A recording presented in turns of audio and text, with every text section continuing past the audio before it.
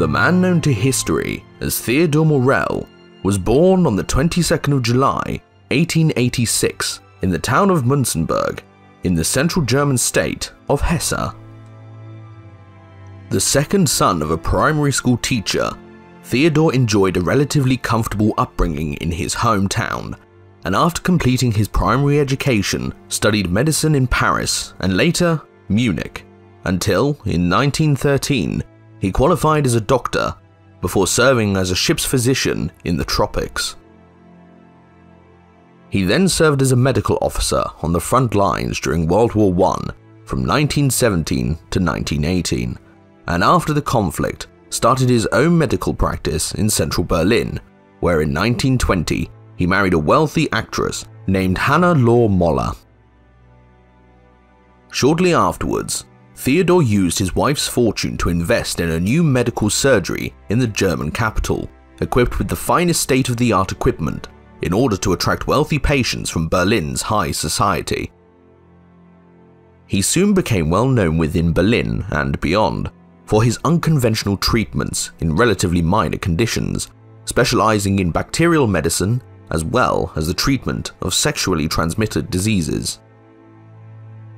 He was also renowned amongst Berlin's elite for his vitamin injections, which provided undernourished patients with a much-needed boost to their immune or metabolic systems, and his fondness for the use of the needle later prompted Hermann Goering to give him the nickname Reich Injection Master.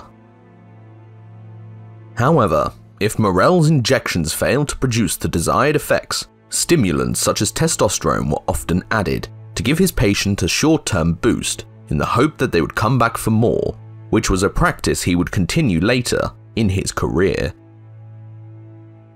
Morell had also over time honed his bedside manner, which along with his own manufactured vitamin concoctions helped him to rise to fame amongst the German capital's wealthiest citizens until eventually he earned a healthy income. Germany was, in the late 19th century and early 20th century, as it is today, a world leader in both science and industry, and the influence of the country's innovations around this time can hardly be exaggerated. One of the most important and forgotten industrial sectors in which the German nation excelled was its pharmaceutical and chemical industries, which pioneered many of the drugs, both legal and otherwise, that we know for better or for worse today. Many of the most common illegal drugs used throughout the world today were first discovered or synthesized in 19th century Germany, including morphine, cocaine, heroin, and amphetamines, to name a famous few, and some of their inventors even received Nobel Prizes for chemistry. Today, of course, new drugs are subject to rigorous testing and trials before they are unleashed onto the general public, but in 19th century Germany, little attention was given to studying the long-term effects that drugs could have on the human body and mind. However, the short-term benefits of their use as well as their money-making potential were all that mattered, leading to these powerful narcotics entering the everyday lives of people throughout the Western world, often in colourful, attractive packaging, which promised to cure consumers' ailments. Morphine-based products, for example, were often used to calm people's nerves, and drinks including one famous syrup-based soft drink even contained cocaine, which upon consumption lifted a person's energy levels and mood, but also fueled sales through its addictiveness.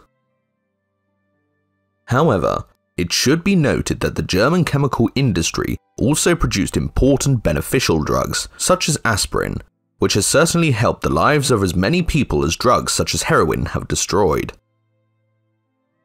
All of these innovations and inventions, combined with Germany's characteristically efficient industrial might, soon made the country the center of the world's drug production, and despite its economy being severely weakened after World War I, its chemical industry remained strong. By the late 1920s and early 30s, German cocaine was also a multi-million mark industry, as the country produced around 80% of the world's supply of the drug, involving the mass import of South American coca leaves for processing.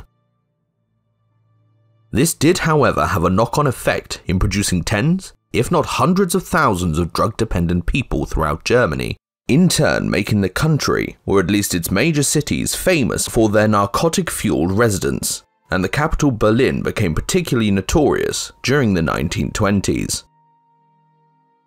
However, the collapse of the German economy and the widespread excess of its population also fueled those of a nationalistic persuasion who wanted to save Germany from itself as well as outside influences, leading to support of far-right groups increasing markedly in the 1920s and early 1930s. One of these was the National Socialist German Workers' Party, led by the teetotal Adolf Hitler, who stood in stark contrast to the many chemical consumers amongst the German population, and it is fair to assume that the widespread excess of the German population in the 1920s had at least some effect on the Führer's anti-drink and drug views at the time. Despite this, Hitler could not have foreseen that the destiny of his future Third Reich, not to mention his own destiny, would in no small part be intertwined with that of the German chemical industry, as both he, his regime, and Germany itself would over time become more and more dependent on its products for varying reasons. The Führer also went to great lengths to ensure that no poisonous substances entered his own body, as he didn't drink alcohol or smoke cigarettes, and ate a simple plain meat-free diet, often involving the consumption of large quantities of vegetables and beans, which would in time have a knock-on effect of his digestive system and help to bring Theodor Morell into his life. After the Nazi Party came to power in Germany in 1933, a clampdown was initiated on drug consumption throughout Germany, leading to people being sent to concentration camps for excessive usage or dealing, and the population at large became encouraged to inform on those suspected of abusing substances. These measures also included the restriction of the advertising of alcohol and tobacco in public, as well as the advertising of the branded hard drugs which had been so readily available only a few years before. By this time, Theodor Morell's medical practice in central Berlin was thriving, and he had little or no interest in the new political landscape in Germany as a consequence. But this sense of security was shattered in early 1933 when Morell arrived at his surgery one morning to find the word Juden, or Jew, had been graffitied onto his practice sign, which displayed his name. The culprits were the Nazi Party's SA,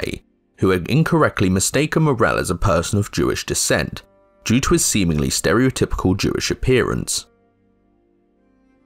This could have potentially been financially disastrous for him at the very least, as there were many cases during the early years of Nazi rule in which Jewish doctors were ostracized by their local communities, and their patients were encouraged to join practices headed by German doctors, often by means of intimidation. This prompted Morell to join the Nazi Party to avoid any further possible discrimination, which in combination with his notoriety within Berlin's elite led to him receiving a phone call in 1935, summoning him to Munich to treat Adolf Hitler's personal photographer Heinrich Hoffmann for gonorrhea. Being an expert in the treatment of the condition, Morell, after making the journey south, soon cured Hoffmann, and over the coming weeks added more prominent members of Hitler's inner circle to his list of patients. These included Franziska Braun, whose daughter Eva had worked as an assistant under Hoffmann and was by this time the Führer's mistress. Morell was then shortly afterwards invited to a dinner at Hoffmann's Munich villa, where after meeting Hitler, advised him on a possible treatment for the crippling stomach cramps he was suffering from, and was subsequently invited to the Führer's Bavarian retreat, the Berghof, for a private consultation. This then led to Morell treating Hitler with a combination of vitamins and supplements, as well as Mutaflor, containing bacteria extracted from human feces which produced a miraculous improvement in the Führer's intestinal health, prompting him to appoint Morell as his personal physician in 1937. To start with at least, the remedies that Morell administered to Hitler were relatively harmless, such as glucose injections, which were meant to give the Führer a boost of energy before important speeches or meetings. However, over the coming years, as Adolf Hitler's physical and mental health deteriorated, Morell would eventually administer the Führer with as many as 24 injections or drug doses a day, consisting in total of some 70 to 80 different medications, some of which we know today to be highly dangerous or addictive. But for the time being at least, all was well in the world of Theodor Morell, as he was arguably now the most famous doctor in Germany, and would through his connections with the Führer inevitably stand to benefit financially. He was also rewarded for his efforts by being given the gift of a luxurious house in one of Berlin's more exclusive districts, but soon found out that in order to keep on living there, he would have to buy it by means of monthly repayments.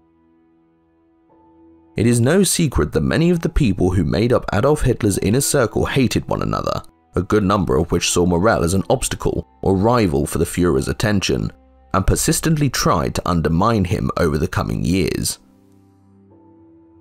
This meant that for his own preservation, Morell had to now keep Hitler healthy, and their relationship from then on would largely consist of him seeking to maintain his patient's approval by ever more unconventional or even desperate means. Indeed, as World War II progressed, the pressure and stress on Adolf Hitler would often result in Morell having to be available 24 hours a day, and as the doctor started to administer Hitler with more potent substances, his patient's health only declined further, meaning that more medication was then required. Essentially, so long as Hitler was healthy, all was well, but if his master became ill and Morell couldn't cure him, his reason for being by Hitler's side would cease to exist. Whatever else Morell was, he was certainly studious in his record keeping, and it is due to this habit that we know about the medication he prescribed Adolf Hitler, as he kept a daily journal which detailed every meeting he had with the Führer, whom he referred to as Patient A, along with every medication, harmless or otherwise, he introduced into his bloodstream and digestive system. To start with, the only medications surging through Hitler's veins were vitamins, and during the mid to late 1930s, which were arguably the most prosperous years of the Third Reich, all seemed well, Hitler was healthy and Germany was strong, at least for the time being. Even though the production and sale of more traditional drugs such as cocaine had been restricted in the early years of Nazi rule, man-made drugs such as amphetamines had been relatively untouched, resulting in a boom during the early to mid-1930s. This led to research being undertaken in new forms of the stimulant, which was in part inspired by the widespread usage during the 1936 Berlin Olympics of the American-made amphetamine Benzedrine, which was an entirely legal performance-enhancing drug used by athletes at the time. This research then culminated in 1937 in Germany's first methamphetamine being developed and then branded as Pervitin, which would over the coming years become the drug of choice of the entire Third Reich. Methamphetamines, or crystal meth to give it its modern name, is usually today ingested by smoking, injection, swallowing, or snorting through the nose, but in the case of Pervitin was taken in pill form and could, until its sale was restricted to prescription only in the early 1940s, be easily obtained in attractive red and blue tubes containing a dozen or so pills. The effect of this drug upon consumption was to place the customer on a state of high alertness, euphoria, and increased energy for as long as 12 to 18 hours, and also suppress the appetite, which is the reason that amphetamines are still used in some countries to aid weight loss. A widespread marketing campaign was then launched throughout Germany, in which Pervitin was hailed as a cure for depression, low energy levels, and low blood pressure, to name but a few, and free samples were sent out en masse to hospitals and medical practices throughout the country to drum up potential business. This miracle drug, which was meant to cure all ills and replace all other drugs, would come to have a massive effect on the population of the Third Reich and its armed forces, as its usage would become widespread, resulting in hundreds of millions of tablets being mass-produced and distributed over the coming years. It is also no exaggeration to say that methamphetamine usage penetrated every level of German society, Doctors, students, mothers, office workers, and labourers took the drug in the shape of Pervitin in their millions, and it was even marketed in everyday consumables such as chocolate, often at dangerous doses. Adolf Hitler, however, had no need of man-made stimulants at this stage, as in the late 1930s, his highs were obtained from the planning and execution of military expansion and the observation of mass troop parades from podiums. The Führer had even used chest expanders to perfect his Nazi salute, as he would often have to, at parades in particular, use both arms alternately, whilst his goose-stepping troops and newly constructed panzers filed past, often for hours at a time. In 1939, Dr. Morell was able to assist the creation of his master's infant empire when the third president of Czechoslovakia, Emil Hácha, was summoned to Berlin to sign a treaty of effective surrender, meaning that German troops would be allowed to occupy his country unopposed. Hitler, who was watching a film when Hácha arrived, kept the Czech president waiting for hours, and when their meeting finally started at 1:30 in the morning, threatened to bomb Prague if he did not agree to the capitulation. This resulted in Hácha collapsing of a heart attack, and Morell, after being summoned by Hitler, gave his newest patient a number of injections containing powerful stimulants, which kept the president on his feet for long enough to sign the treaty, and the next day, German troops occupied Czechoslovakia. However, Hitler, who seemed to have an addictive nature himself, was not satisfied with the annexation of Czechoslovakia alone, and over the coming months would also invade Poland, prompting France and Great Britain to declare war on Germany, starting World War II. At this time, the Third Reich was seemingly strong, at least from the outside looking in, but it was by no means the invincible nation we were often led to believe in 1940. Its army was certainly highly trained and disciplined, but was not vastly superior to that of France and Britain's combined forces in numbers or quality, and its tanks, which were no doubt world-class in the later stages of the war, were at this time mediocre to say the least. Germany's economy and industrial base was also nowhere near capable of sustaining a prolonged war effort, and would inevitably have its trade severely restricted by any war with France and Britain, who controlled access to and from the North Atlantic, Mediterranean, and Indian Ocean via the Suez Canal. Because of these deficiencies, it was deemed necessary by those who applied their mind to such problems for Germany's armed forces to obtain a quick victory by means of a lightning attack or blitzkrieg, the strategy for which was first pioneered by famous advocates of the use of tanks such as Heinz Guderian. Blitzkrieg's two major requirements were speed and a concentration of overwhelming force. This meant that unlike the French and British, who dispersed their tanks and aeroplanes along the entirety of the front, the Germans would focus the majority of their firepower at a single point in order to punch a hole through the enemy lines, who, because of the dispersal of their forces, would not have the numbers to stop the German armoured spearhead from penetrating further. Indeed, it was through blitzkrieg, as well as a tactical and strategic brilliance, that the German army conquered France in 1940, and not because of their supposed superiority in equipment or aeroplanes. However, the myth that the German army was unstoppable may have had some basis in fact, as drugs, and in particular methamphetamines, would become widespread in its armed forces during the forthcoming invasion of France, and beyond. The usage of Pervitin had been under consideration for some time in the Wehrmacht, and experiments had been conducted under the supervision of Dr. Otto Friedrich Ranke, who was a Director General of Defense Physiology at Berlin's Academy of Military Medicine. This research resulted, after approval was given by the Wehrmacht Commander-in-Chief, Walter von Brauchitsch, in the so-called Stimulant Decree of April 1940, in which Pervitin was distributed to army doctors in the lead-up to the planned invasion, who then handed out the drug to the frontline troops.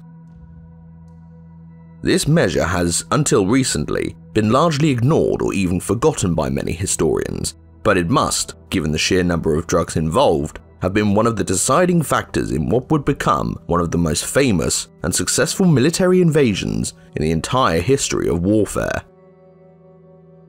The use of Pervitin during the attack, which was launched in May of 1940, meant that entire tank divisions, as well as Luftwaffe squadrons, went for days without any sleep whatsoever, meaning that Hitler's Wehrmacht, whose aim was to drive towards the English Channel after breaching French lines, were able to keep going, and as a result, further compounded any Allied efforts to stop them. There is even one report of the now legendary German General Erwin Rommel, who took Pervitin himself during the invasion of France, and at one stage is supposed to have driven his tank straight through a resting column of French troops, literally crushing them in the process. The advance of the Panzer divisions, combined with the fact that Hermann Göring's Luftwaffe were running rings around the Allied air forces in the skies above, resulted within a matter of weeks in the entire front collapsing, thusly making Hitler the master of Western Europe. In the mass consumption of Pervitin, the German army had become the first in history to use the taking of drugs to aid its effectiveness, which would, after World War II, be studied and copied by the British and Americans, amongst others. It is also important to remember that the German victory in France was one which was won by the German army itself, and not Adolf Hitler, as in the days following the breakout of the Panzer divisions, generals at the head of the spearhead such as Heinz Guderian continued to act under their own initiative, and it was only the Führer's famous order to halt the German advance that prevented the British from being utterly defeated around Dunkirk, and the war being won. Also, given the success of the invasion of France, methamphetamine usage was bound to continue, as Hitler, who probably received his own fix of euphoric power-fueled emotions after the victory, turned his attention to the British, and after failing to crush them in 1940, with the help of Pervitin-fueled Luftwaffe pilots, started to plan the battle which would define his life, as well as the entire war in Europe, the invasion of Russia. Operation Barbarossa, which began in June of 1941, followed the same pattern as the invasion of France, but the roots of its failure, at least in part, were planted early on, due to the German army, or rather Adolf Hitler's divergence from the rules of Blitzkrieg. A good example would be that in France, the plan to punch a hole in the Allied lines and then drive towards the English Channel was simple, but in Russia, the Wehrmacht had to travel for thousands of miles, not hundreds, and there were many strategic goals, not one or two. This meant that the German army, whose troops were during the initial onslaught wired to the extreme by their daily doses of Pervitin, would often have to dissipate its forces across large areas, where in France they had been able to concentrate them. In short, in France there was convergence, in Russia there was divergence. This problem, caused by the sheer scale of the Russian interior, over time planted doubts in the minds of the German High Command, and in particular Hitler, who after his armies were halted in the freezing Russian winter of 1941, sacked Walter von Brauchitsch and made himself commander-in-chief in his place, meaning that no strategic decisions could be made without his approval, and simultaneously made the necessity that the Führer's health was maintained all the more important. It should also be noted that even though the German armed forces' widespread use of drugs may have had some effect on its fighting ability, at least on an individual basis, one cannot say with any certainty that their usage changed the outcome of the war, one way or another. Hitler's drug consumption, on the other hand, almost certainly played an important role in the collapse of the Wehrmacht, as many of the drugs he was prescribed by Theodor Morell were so powerful that it is almost laughable to suggest that the Führer's mood, decision-making, and indeed perception of reality as a whole were not affected. This is essentially why Theodor Morell's influence on Adolf Hitler is so important, as it was Hitler's brain which now controlled every major decision of the German war effort, and it was also the same brain that would soon come under the influence of powerful stimulants and sedatives, which surely severely affected his decision-making. Morell had, from August 1941, been seeing the Führer on almost a daily basis, and this routine would continue until April of 1945, in which patient A was given over 1,100 doses of medication, including around 800 injections. It should be noted, however, that these are just the meetings we have records of, and there is good reason to believe the true number of treatments Adolf Hitler received was much higher. On the second day of Operation Barbarossa, Hitler arrived at his East Prussian headquarters, the Wolf's Lair, with his personal physician in tow. The newly constructed headquarters was located at the Manchurian forest, surrounded by marshes, leading to Morell to complain that the setting was damp and unhealthy in his journal. However, Hitler's eastern headquarters would be the nerve center of his war in the East over the next 4 years, and many of the treatments Morell administered to patient A were given here. Initially, the Führer was contented in his isolated HQ, and his life at this time was entirely consumed with military matters. However, it soon became increasingly clear that the Soviet Union would not collapse after a matter of weeks, as Hitler had predicted, and despite hundreds of thousands of Russian troops being killed or captured, there were always more men and more territory in front of the Germans. As the war in the East progressed, or rather regressed, Pervitin was used just to make the freezing winter conditions bearable and to prevent exhaustion, rather than provide the troops with a war-winning performance-enhancing chemical boost. Further signs that Hitler was beginning to suffer from the stress of the responsibilities he had undertaken first manifested themselves around the time of the onset of the Russian winter in 1941, which culminated in the Wehrmacht's reversal around Moscow in December. During this period, Morell administered the Führer with various concoctions of his own making, the most notable of which consisted of testosterone extract from the testicles of young bulls. This medication was supposed to increase his sex drive, as despite claims to the contrary, Hitler, according to Morell at least, had an active sex life with his mistress, Eva Braun. So much so that the doctor stated that he, on numerous occasions, found bruises on the arms and body of patient A, caused by Eva's dominant sexual role-playing. Hitler had also, due to his vegetarian diet, suffered for years with what Morell described as colossal flatulence, and also, according to his dental records, terrible breath, which certainly must have added to the unpleasantness his subordinates suffered during the Führer's increasingly regular verbal tirades. The doctor had previously attempted to treat patient A's intestinal problems with a tablet named Dr. Costa's anti-gas pills, which was later, in 1944, found to contain the highly toxic strychnine and may have resulted in him developing the symptoms of jaundice.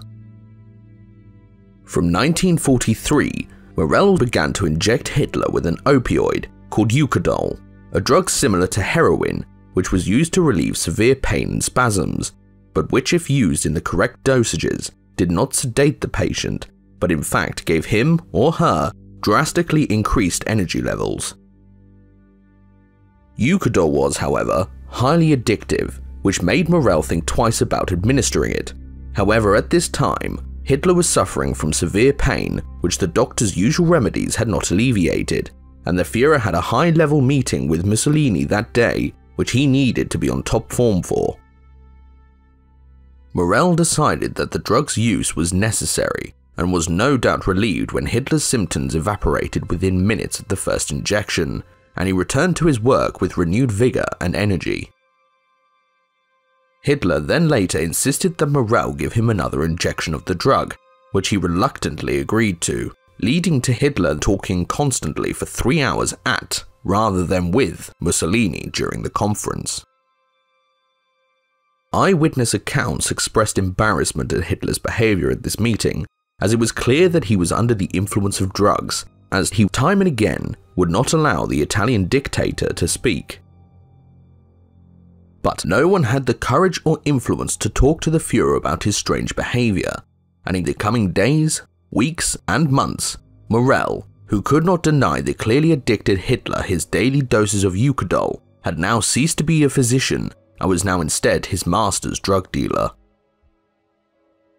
He also complained in his journal that he often had to administer injections and treatments to Hitler quickly due to his schedule, meaning that he would often give patient A very high doses of powerful drugs. Around this time, Morell began to administer his master with the deceptively named Vitamoltin, which essentially has a combination of water, caffeine, and methamphetamine, which immediately banished patient A's sleep and increased his energy levels.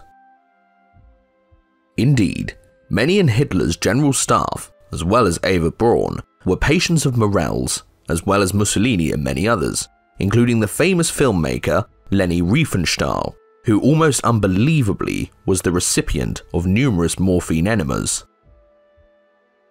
The Führer had even recommended his doctor to other Nazi party leaders, but most of them, including the SS leader Heinrich Himmler, simply dismissed him as a quack.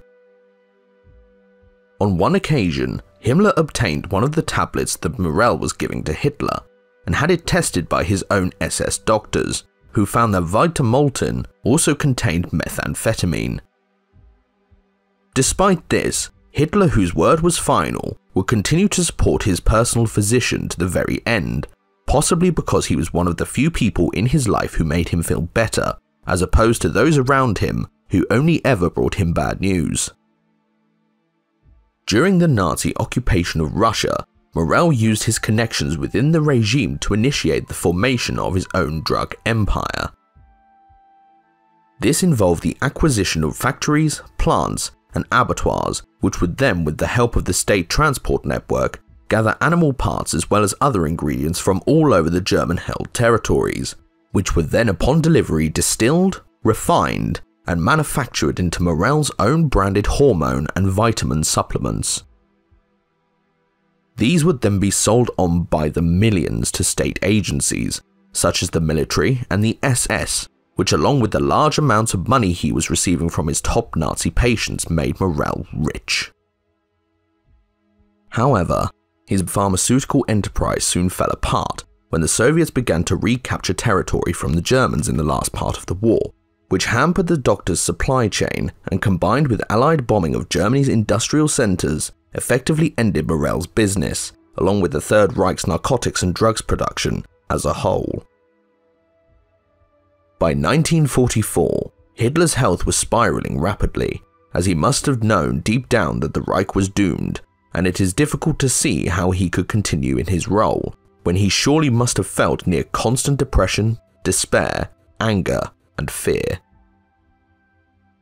One possible solution for the Führer's continued drive is drugs, as Morell was by this time administering potentially dangerous combinations of powerful narcotics which could often counteract each other's effects. This was potentially very dangerous, as the simultaneous application of two or more potent narcotics is known today to often have fatal consequences. A good example would be the infamous speedball, in which cocaine and heroin are taken together and has resulted in the untimely deaths of numerous celebrities in recent decades. In Hitler's case, these dangerous mixtures came in the shape of Eucadol and Vitamoltin, as well as other stimulants, which provided him with the energy he needed to get through each day, but inevitably resulted in him often staying up until the early hours of the morning, meaning that sedatives were then required. One of the most potent of these was bromnervicid, a powerful bromide-based sedative which would often result in patient A sleeping until well into the afternoon, although there were also times later in the war when the Führer was receiving combinations of cocaine and Eucadol. In 1944, Morell was confronted with a new rival for Hitler's attention in the shape of Dr. Irving Giesing, who was called in to treat the Führer's perforated eardrums after the infamous failed assassination attempt undertaken by Klaus von Stauffenberg at the Wolf's Lair. Giesing, who was an ear, nose and throat specialist, then prescribed Hitler with pure German-made cocaine solution, which was dabbed inside his nostrils and throat to relieve his pain. This resulted in the next 2 months, and more often than not at the Führer's insistence, in Giesing administering up to 50 doses, which also had the added effect of lightening Hitler's mood and energy levels, along with his blood pressure and heart rate. Cocaine is also well known for giving its taker feelings of euphoria, self-confidence, as well as a loss of inhibitions, which no doubt also must have altered his perception of reality. Giesing, however, soon became concerned that his patient was becoming addicted to cocaine, and in early October 1944 refused to administer the drug again until Hitler had been given a full medical checkup. The Führer reluctantly agreed, and after the examinations and tests were done, Hitler insisted that his doctor alleviate the pressure in his head by giving him another dose of the drug. Giesing did so, but administered such a high dose that, according to the doctor's own accounts, Hitler fell to the floor and suffered near respiratory failure. In short, if Giesing's accounts are true, Adolf Hitler nearly died of a cocaine overdose. After this near-fatal incident, Hitler seems to have given up cocaine and instead returned to his old friend Eucadol, upon which he quickly became dependent over the winter of 1944 to 1945. By this time, the Führer's arms were covered in lines of pus-filled scabs known as track marks, due to the sheer number of injections he was receiving, and combined with this, he also suffered from convulsions, constipation, and insomnia, not to mention his emotional or psychological problems, which were no doubt massive. In short, during the winter and spring of 1945, the drugs which flowed through the Führer's veins included Eucadol, methamphetamine in the shape of Vitamoltin and Pervitin, morphine, Mutaflor, and Bromnervicid, amongst other less potent substances. However, as the noose was steadily and remorselessly tightened around the neck of the Third Reich in the early spring of 1945, these drugs became more and more scarce, until by the last day of Hitler's life, all chemical supplies had run dry. A possible consequence of Hitler's drug supply ending can be seen in the last footage that was taken of Adolf Hitler alive outside of the Führer's bunker in Berlin in 1945, in which Hitler's left hand is shown to be shaking uncontrollably. This has since been diagnosed by many as Parkinson's disease, but could have conceivably been caused by drug withdrawal, as Morell's impending departure, combined with the destruction of Germany's pharmaceutical industry, meant that Hitler had to go cold turkey in the last weeks of his life. Ironically, the last drug Morell prescribed to his patient would be the one that, combined with a bullet, would kill him, as some accounts state that it was Hitler's physician, and not as other accounts state Himmler's SS, that provided Hitler and Eva Braun with their cyanide pills, with which they ended their lives on the 30th of April, 1945. Morell, who had escaped Berlin in the days before Hitler's death, was captured and was interrogated for nearly 2 years by the Americans, stating afterwards that he had been tortured and had his toenails pulled out.